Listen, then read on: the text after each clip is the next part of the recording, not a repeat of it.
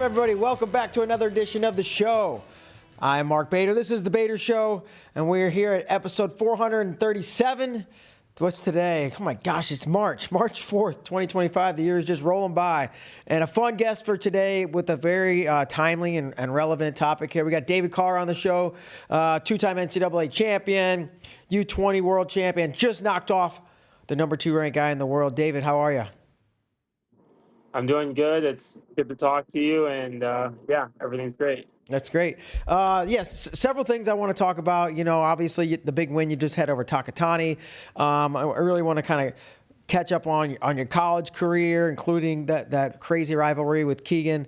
But I want to start with your dad and a story that I'm not telling that I heard, and we'll play it for you. But off the, not in competition, but in the room, do you know much about your dad, or have you heard many stories about your dad? This is from a college teammate of his, so just curious if you have any insight maybe to what kind of guy he was in the wrestling room. I know he was intense. I know that he would definitely wrestle hard in the room, so maybe not everybody wanted to wrestle him all the time. Uh-huh. So that's kind of the things I heard. I know he came in very confident. Yeah. So there's this docu-series we've been called The Duel. It was about this duel meet between Iowa and Iowa State back in 1986. Your dad, I think maybe was... Anyways, one of the wrestlers from this... your dad didn't wrestle in the duel itself, but he was around the program at the time. And one of these wrestlers tells a story. And so, Nikki, whenever you're ready, I just want to it's like maybe a 2-minute story, and then I want to get your reaction. It's kind of funny. But, Nikki, whenever you're ready, let's roll this. We're going to need the audio. Stay after, they'd work out a little more and that sort of thing. I got no audio, Nikki. Showman. Every now and then, practice would get over and guys would stay after, they'd work out a little more and that sort of thing. And we were all sitting around, and Nate Carr was like this showman. And he would get out in the middle of the mat and he'd start calling all the freshmen out for takedowns. And so he called 3 or 4 guys out, and I'm sitting down there. He's coming up the weight line. Finally, he gets to me and he's like, "Volker, get out here." So I get out there and I'm like, I'm 190. He's 150. I'm taking him down. And when Nate was wrestling with that little thing that he did fairly often, he'd be looking at you, wrestling you, but he'd be looking at the guys sitting on the sides to see who's watching. And he took me down 3, 4 times, like without even trying. But I got up and I kept going, and I eventually took him down with the blast double, and the room erupted, and that was a mistake, I discovered, because I got up and headed straight for the door. Good, that's it, practice is over. And as I'm heading to the door, he said, "Oh no, Volker, we got one more." And I'm like, "No," and everybody's cheering and laughing and poking fun at Nate for getting taken down by the freshman. And so I get down to good stance. Now I'm scared. And he hits my head. It felt like, the world coming down on me. Ducks under me, gets around behind, suplees me, and slams my head so hard on the mat. I still remember how bad it hurt. And he says, "Take that, freshman, and don't ever take me down again." Coliseum. And it's counted down. And it's Iowa State, the winner. Just your initial thoughts watching awesome. that, yeah. That's great. That's pretty good. I haven't heard that story ever, so that's pretty good. Yeah, it sounds like you said, and I obviously your dad a lot better than I do, but that seems spot on from knowing your dad. He's just like, that totally seems like something he would do. Oh, for sure. He's an entertainer. The more that I watch some of his old matches and the way he wrestles is the more that, that's kind of how I wrestle. And I think early on, like in high school, I was like, I don't wrestle like that. I don't think really like that. And then as I've gotten older, I feel like I think like he does. And I wrestle a little bit like he does besides the throws and body locks. Yeah, absolutely. So So yeah, I thought I just was watching that thing yesterday and I came across that. And I was like, oh my gosh, this is perfect. Let's show this to David. But yeah, I want to get to your NCAA career, and obviously, wow, stellar career. Never 2 titles, top 3 every year. That like puts you in the upper echelon. I just want to start with like freshman year, right?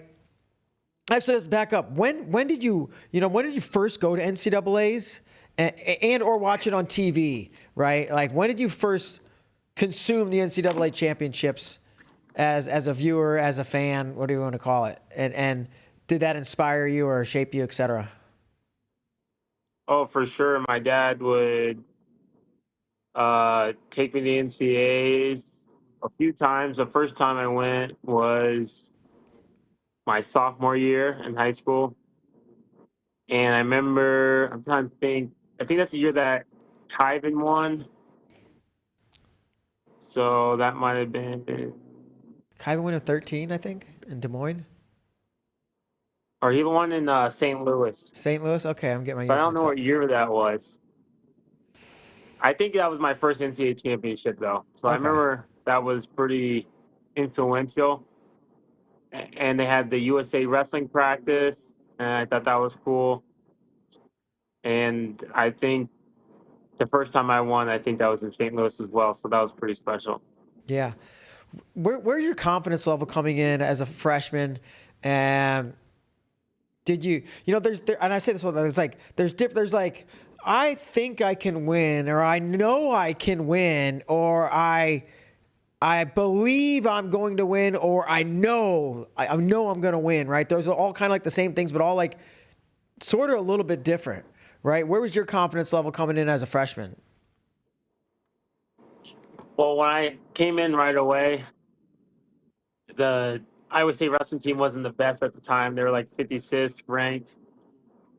And I remember saying like to one of my teammates when I first got there was like, I'm gonna win a national title.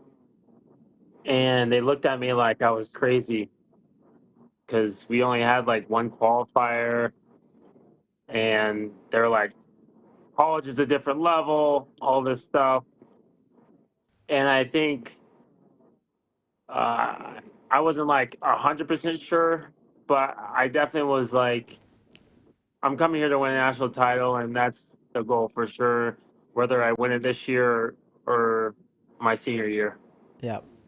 How about just like take me through like the NCAA championships your freshman year? You don't have to go match by match, but just I'm thinking like trying to get in your headspace as like showing up, being there, nerves, confidence, and as you start rolling through the tournament, how you kind of felt.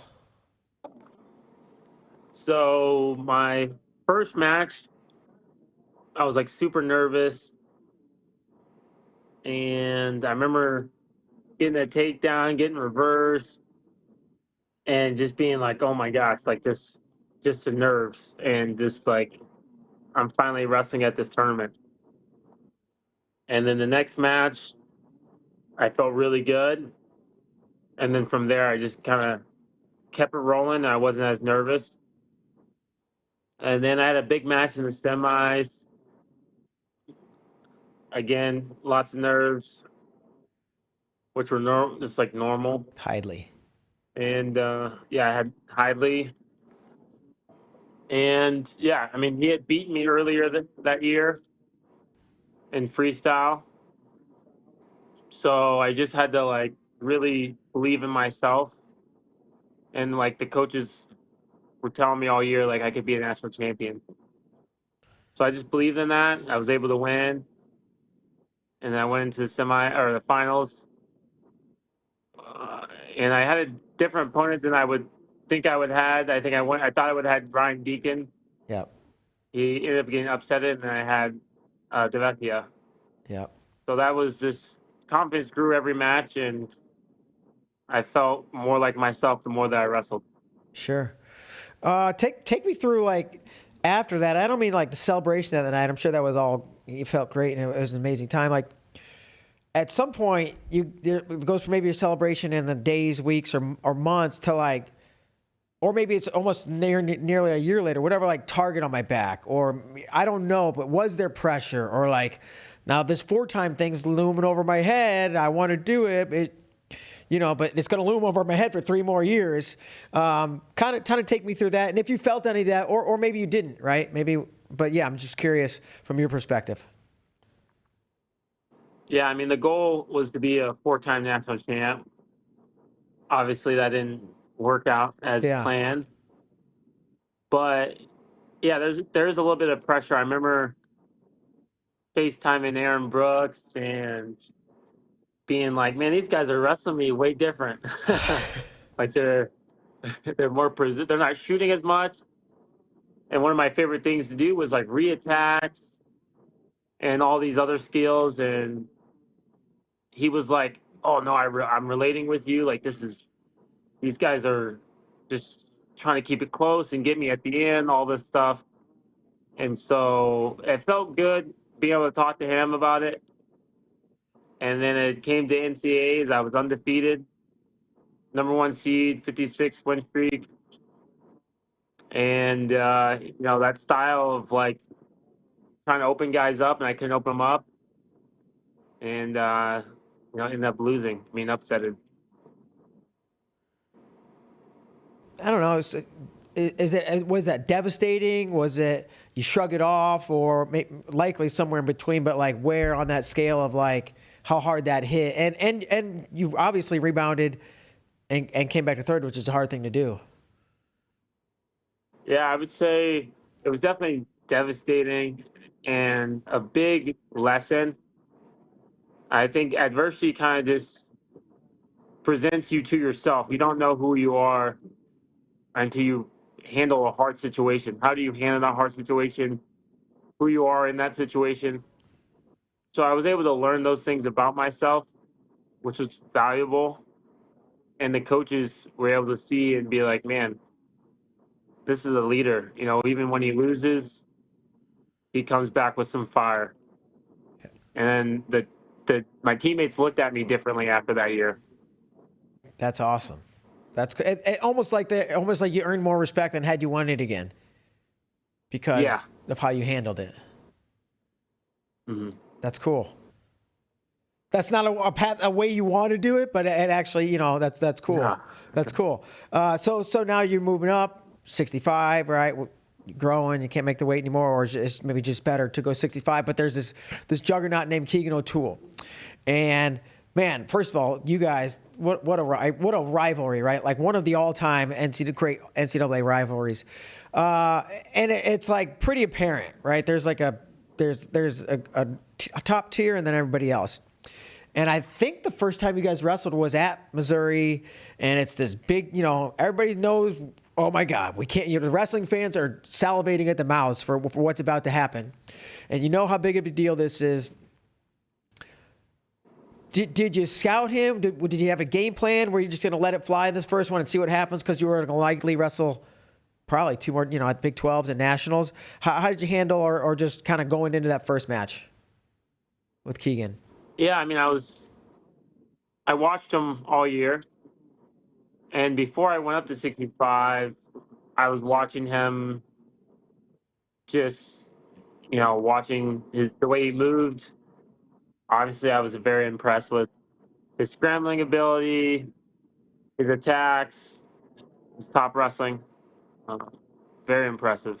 So I knew, getting ready, I had to be sharp in all those areas. And I remember I tweeted at him just saying, like, iron sharpens iron. I'll see you on Wednesday or something. And just to get the hype for the match. And then wrestling him, all the stuff I kind of expected. He was moving well, could scramble. I was able to get to my attacks and finish in the areas that I had worked on at practice. So I felt really good about that. And then there was another scramble in there. Again, it's something that I kind of sparred and worked with on someone else. But he definitely I was impressed by his flexibility, like in this situation, the splits, his ability to get his leg back. I had to adjust on the fly for sure. Okay. Yeah, this kind of sets the tone for the series, you know, like everybody's like, what's going to happen? And all of a sudden it's like, all right, David came out and kind of controlled. It wasn't like some of your matches where it's like a squeaker, right? It was like kind of convincing. And then, you know, you go to the Big 12s and you have kind of well, Big 12s was a little closer, right? You got a pin in overtime, but it was the match itself was a little tight, obviously, right? It went to overtime. What did you think coming out of that second match? Well, the second match, he had made so many adjustments, even in the hand fight and his shots attempts. So that had changed the dynamic of the match, why it was a little bit closer and why I think it went to overtime. And then I was making little adjustments in the match, and I was able to, you know, I kind of saw a position, and I was able to capitalize later on in overtime to get the cradle and to get the pin. Sure. So this obviously is that first match. We just got another little highlight from it. But coming out of those two matches, where was your confidence level? And considering that he closed the gap, right? How did you feel maybe going into NCAAs? Well, I didn't think it'd be easy at all. I knew how good he was, so I knew that, like, even if I was able to kind of separate myself in that first match, I kind of assumed that he'd make the adjustments and have a little bit of kind of respect for me and kind of push me in that way. So I was getting very pushed in the way of, like, I know this guy's not going to stop getting better, and I'm going to keep getting better. How do you feel about the, you know, he obviously made some great adjustments, which you recorrect a year later, but, like, you know, thoughts on this first match at the NCAAs in 2023, I guess. Just he came out very focused and was able to execute very well. And for me, I wasn't as sharp in the areas I needed to be. And that was frustrating for me because that whole year, you know, undefeated, sharp. And in that match, I just wasn't able to put it all together. And he was, and that was, again, impressive performance by him. And, you know, I always give credit when credit's due. And he showed up like a champion that match and wrestled very well. Yeah. Game planned very well. Yeah, it was the widest of the gaps, right? I think in your battles. Yeah. And then you guys wrestled in season last year before the finals, is that right? Or at Big 12s? Yes, at the Big 12s. At the Big 12s, and it was a similar, maybe even same score, 8-2 or something like that, right? Yeah, it was like a similar score. It was a close match, but kind of just like you got a takedown at the end, and it was almost like a similar score. Yeah. Okay, yeah. And now this rolls into the finals, right? And so if you're a wrestling analyst, you're like, well, Keegan's come back, and he's figured it out. He's got David figured out. He lost twice, and he won the last two. What was the difference in this? Physical, mental, tactical. What was the difference, or was I was just better on that night? Like what changed? You know, I had a game plan going into the match. That game plan was scrapped mid-second period, so it was kind of just. I was like, okay, we're just wrestling. Like, now it just felt like practice. It was like, he's gonna come, I'm gonna come, we're gonna exchange. Even if I give up a takedown, I know that it's a long match. Like, we got 7 minutes to wrestle. You know, a lot of points are going to be scored. I'm going to take some risks, and that's just how I viewed the match. And I wanted to win really bad. And, you know, I just knew I was going to wrestle until they stopped me. They had to pull me off the mat. Yeah, and he gets the go-ahead takedown here in the third. But you made him work really, really hard for it, and then you got an escape right away. And it looks like, he kind of reaches over and lays down. Could you sense he was tired? How tired were you? Or did it matter? I wasn't really thinking about being tired, and I didn't really see him Yeah. notice it. But my coach was kind of going nuts. I kind of looked over. Yeah. He was taking his time to get back to the center, and I was just like, I gotta go. So I took a bunch of shots. I really just want to get to his legs because I know it usually takes a long time to finish. Yeah, I think it was 4 shots right there in a row.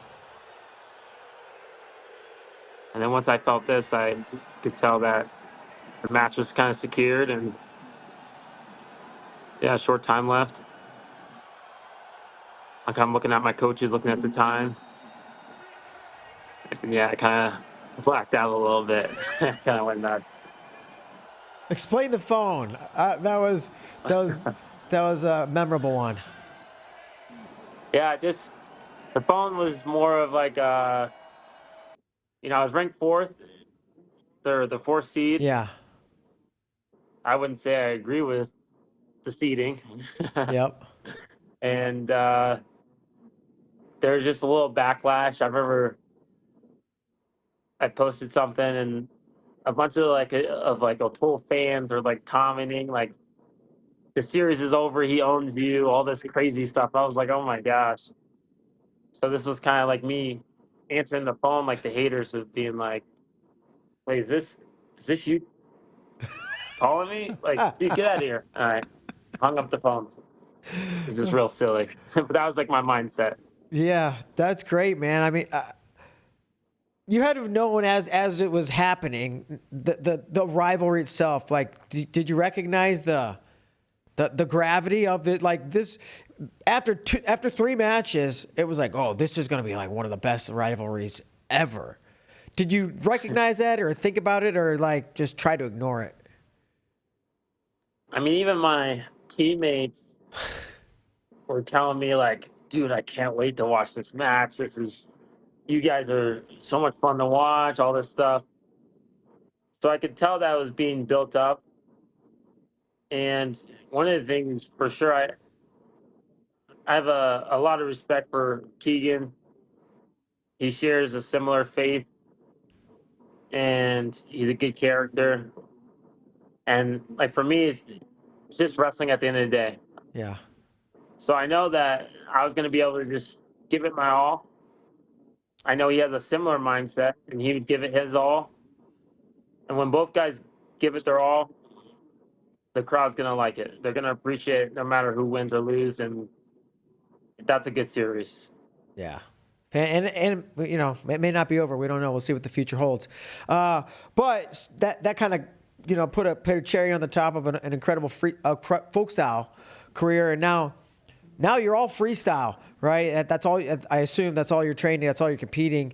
What's the biggest difference in focusing strictly on freestyle? And I don't necessarily mean like now I get to lock my hands right around the waist. Just like maybe in the tempo of training, or you don't compete as much, or I don't know, like just like freestyle's a little bit different. How has your year of training for freestyle this last year, whatever it's been different than the previous 4 or 5? It's completely different in the sense of you're not competing as much. So you have a lot of time to really tweak things and get better and progress. And I like that. And it's also, there's a lot of intricacies to freestyle. So in folk style, there's like, I would go into the room and work on these certain scrambles. Far ankle, out the back, all these scenarios. And I might not get there, but I like to just work on it. In freestyle, as I'm going to these tournaments, I'm realizing there's all these scenarios, wrestling IQ, all these things that I had not even thought of. And so I'm really trying to get in all these areas at practice and get better in these areas that maybe people don't really spend much time in, but will make a big difference in a big match. Can you give me one example? Like when you say scenarios, are you speaking maybe or maybe not about the physical things that are going on between your bodies? Are you talking about the score, the time, the ref, the coach? Like, right? Can you just give me one example? I'm just kind of curious here because this is kind of fascinating. So one example would be, like, I come into practice. We have these, we call them areas of focus, and I'd grab Marcus and I'd say, "Hey, give me this feel. My goal is to get to your front leg, but I want you to like not react to any of my fakes. Give me a foreigner feel, and I need to get a push out." Like something like that. Like that's something like a specific scenario. Or one scenario might be just like I shoot a high crotch. You're giving me a chest lock position, but we're on the edge, so I could push you out or I could finish the high crotch. What's the smart thing to do there? What's the, like, what should do? And the balance between what I just feel. Yeah, that's awesome. I love that. I love that stuff. Whenever you got word that, you were going to be wrestling Takatani, and this is a little bit different than the normal senior level event, right? Normally it's just tournaments. You're going to have 4 or 5 matches and over maybe 2 days. This is one guy. It's a dual meet, if you will. How familiar were you with him? I'm sure to some degree. Did you watch more film? Did you come up with a game plan or scenarios or tactics or ways you wanted to approach this match? Yeah, I watched a few of his matches. I mean, I remember watching his match with Dake live for the Olympics. Yeah. I also watched his match at the World Championships when they wrestled in the semis. I think I watched that one live. So I'm familiar. I mean, I watched a lot of the freestyle side. I know who he was. I knew he wrestled at 65 kg. He wrestled at the World Cup. I'm pretty familiar with him. So I worked on game plan, certain scenarios. I kind of work on the worst scenario and then work my way backwards to the best. I like that. That's great. You said when you wrestled Keegan, I guess maybe it was that last match when you said, I had a game plan, but halfway through the second, I threw it away and just started wrestling. Yeah. With Takatani, I actually want to watch that match too. We can get that ready, Nick, and we can pull it up. But, did you stick to the game plan or did you, same kind of thing, go off script? I would say I definitely had a game plan. It worked in a sense, but I definitely had to just scrap it once I got into the match. Because, like, you can only game plan so much, and then you actually feel somebody, their fake, their speed, the way they're able to move, and you kind of just have to make mid-match adjustments, which is something that I practice for. But I definitely want to, try my best to do what my coaches are telling me to do and try to stick to that game plan. Uh-huh. But they know, like, adjust how you feel. Yeah, that makes perfect sense. Are you kind of like mid-match adjustments? Is that? It's just like you're picking up on little cues throughout it. You're probably not having time to actually think and process, or take me through your mind a little bit if you can with that. Yeah, like even in this match here, I have some areas of focus with the hand fight and my fakes. He's in the matches I had watched in the past, he didn't tie up as much or really hit the head as hard. So, like for me, I was like, "What the heck?" Uh-huh. Like that's like I watched most of your matches. He just stays in space and kind of uses his hands as distraction and then shoots. So he was kind of hitting my head hard and tying up a lot more than I expected. So I had to adjust. I see a couple hard clubs coming back from you too. Like, wait, get out of Yeah. here! It's not what I was expecting. Yeah, I'm like, dude, what is this? And I'm like clubbing him, Yeah, like right there. clubbing hard, circling right. Yeah. So what do you got? Activity or passivity? Mm-hmm. Is he on the clock? I think I might be on the You might clock. be on I the can't clock. tell. It's all right. I think right here, I think I should actually get on the clock. Great job controlling center. I'm trying to circle in. Yeah, he's kind of controlling center a little bit. He's controlling center. I think this is, this is when they hit me. Yep. That's a good call.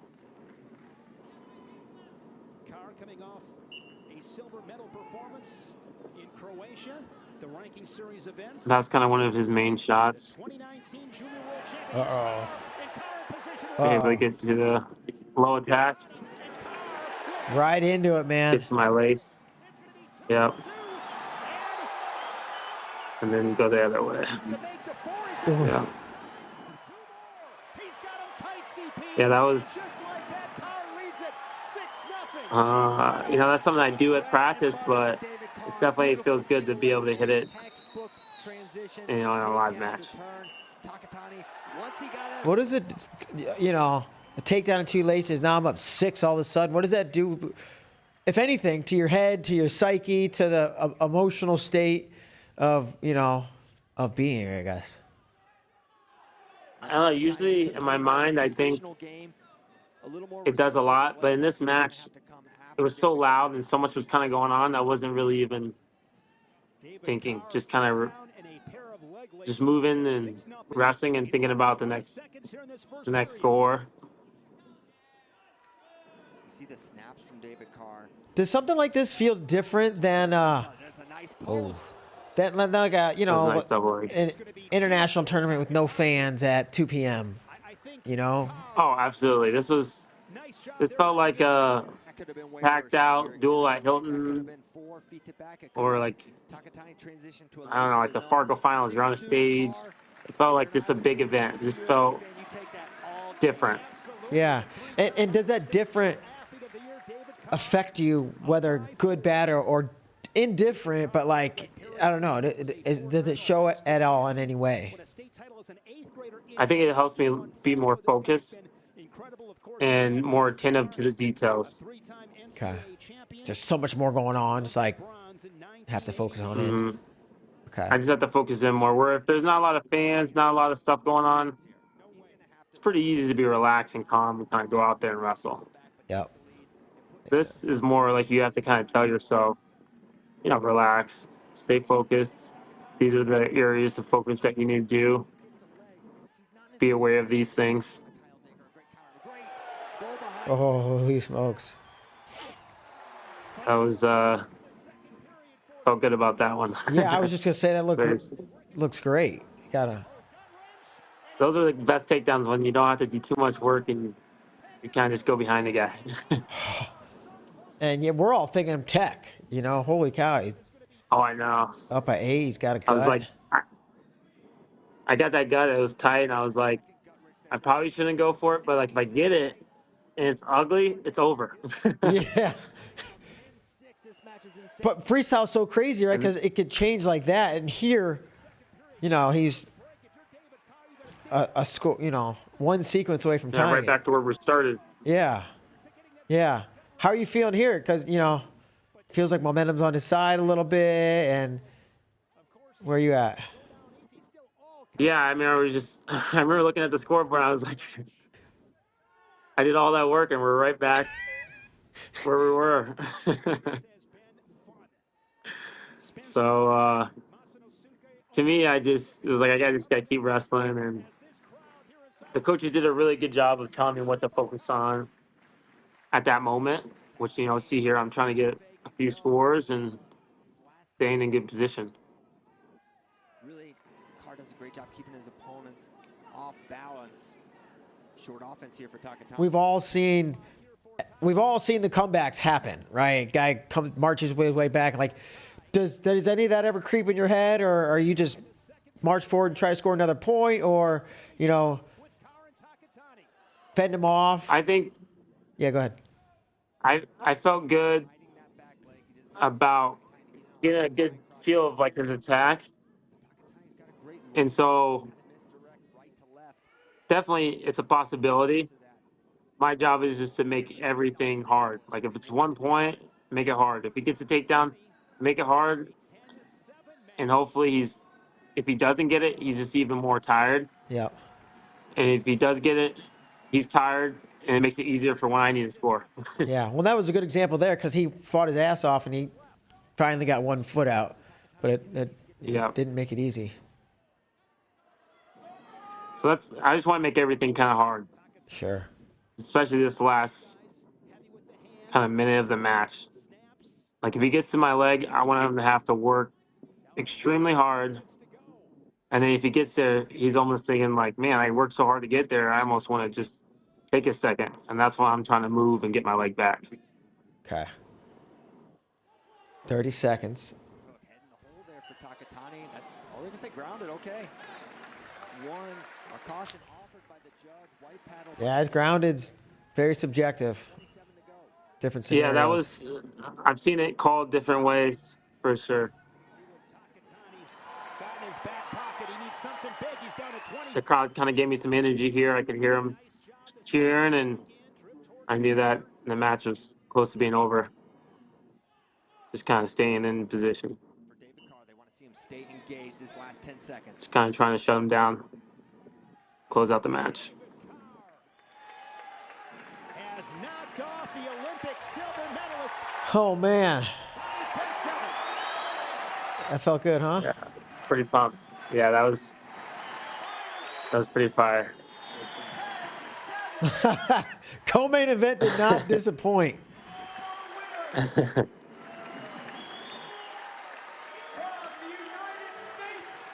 And he's a great sport. Takatani's awesome. He DM'd me after, was like, great fight. You know, I think that's just what they say. Uh-huh. And he was like, we have to practice sometime. And I was like, oh, for sure. That was pretty cool. Yeah, those Japanese wrestlers all seem very Those two combatants. Just polite. Super Yeah. nice. Great sport. polite. That's the right word. Absolutely. So, yeah, huge win. Did you get to? I'm sure they whisked you in the back and maybe do a cool down. Or they want to do interviews. Did you get to watch the next match or like, nah, not until later if you wanted to?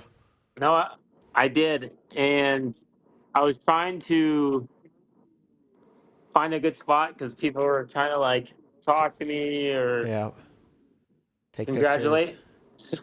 So I tried to hide in the stands with Marcus, and we found the spot, and we were able to watch the Spencer Lee Ono match. So I was looking forward to that. And then I rewatched it again like a few days later. Okay. Sweet. So really, I want to talk about like what's next for you, USA Wrestling. You know, we got the U.S. Open, World Team Trials Final X coming along, and it appears maybe, I don't think anything's official or has been announced or anybody said, but it just feels like the two guys who have had 74 on lockdown for almost a decade and a half aren't going to be there anymore. Your thoughts on that, and really just kind of like what's your plans this spring? What events you maybe are going to wrestle on? I'm sure you're going to try to make it to Final X and get on the world team. You're going to be at the U.S. Open. You're going to wait till trials. Yeah, my goal right now is to wrestle at the U.S. Open, win that, Final X, try to win that, and then wrestle at the Worlds. And yeah, I feel like what you said, I feel like, you know, Dake's 79, Burroughs for sure. Yeah. Yeah. Sweet. So you know, freestyle fans can catch a glimpse of you this spring at 74, trying to make a run at your first senior level team, which would be awesome. And we're getting down to the end. I got a new little game I've been playing with most guests. It's just all-time favorite. Just like, who is your all-time favorite wrestler? I to watch is what I mean, but I guess it could be to wrestle or to what? Who's your all-time favorite? You got an all-time favorite wrestler? Man, that's tough. I feel like it changes over time. I feel like every, I don't know, 5 or 6 years it might change. But right now, my favorite wrestler to watch is probably Jordan Burroughs. before I wrestle, I watch his matches and highlights. And whenever I have spare time, I'm usually studying his film. He's fun to watch. He's been a great mentor. I've learned a lot from working with them. I hope they continue to keep learning from him. And yeah. You said you've learned a lot working with him. Have you got to work with him often? And if so, maybe just share a little insight or a little glimpse into something you remember or something that stuck with you from working with Jordan. Yeah, I've been able to work with him a little bit over the years just at the OTC. But then I was able to kind of go out to the Penn RTC and for a week and a half and train and in other scenarios I've been able to work with him. But something that's always stuck with me is just he's a very good at like explaining where to use my hands, my focus, how to be physical, and he's always encouraging me. I mean, after like my tournaments overseas, he's texting me, you know, hey, you do this better, or he's saying like, man, you're very special. You can do some great stuff. Just continue to keep building, continue to progress. I was able to like FaceTime him and talk to him after the Takatani match. Awesome. And I was talking to Beacon and him, and he's like, man, that match was crazy. So it was just cool to someone that I look up to see their involvement in my career and see that he's proud of me. He's trying to help me out. Hell yeah. Well, that's great. I'm no Jordan Burroughs, but I also think that you're special and you could do some big things in the sport. So I wish you the best. Look forward to continuing to watch. Really at this, for folks that was over, it feels like you could be just young in your freestyle career at this point. So I think a lot of miles ahead, and really just want to thank you for coming on here. Congrats on a big win against Takatani. I think that's just going to kind of like slingshot you forward into doing the things we all know you're capable of. I do want to give you the last chance or the last word at this point to really say anything you want to say. Yeah, I appreciate you. I really have loved your films over the years. Thank you. Watching that, I think that's great for wrestling, the doc series and things like that. I think you do a great job. So I think those are really cool for wrestling. I hope that you continue to do those and those to do well. Hell yeah. And yeah, I'm excited for my freestyle career to get started. I think it's gonna be a lot of fun. I got a lot to learn, and I'm very eager to try to make a team. Well, fantastic. We're gonna watch you make a run at it this spring, David, and appreciate you coming, taking the time today to do this. I wish you the best, and we'll probably see you out at the U.S. Open. All right. Thanks, man. Have a great day. All right, guys, that's going to do it. Everybody, thanks for tuning in. David Carr is your winner over Takatani, and we'll see y'all guys next time. Thanks. Bye.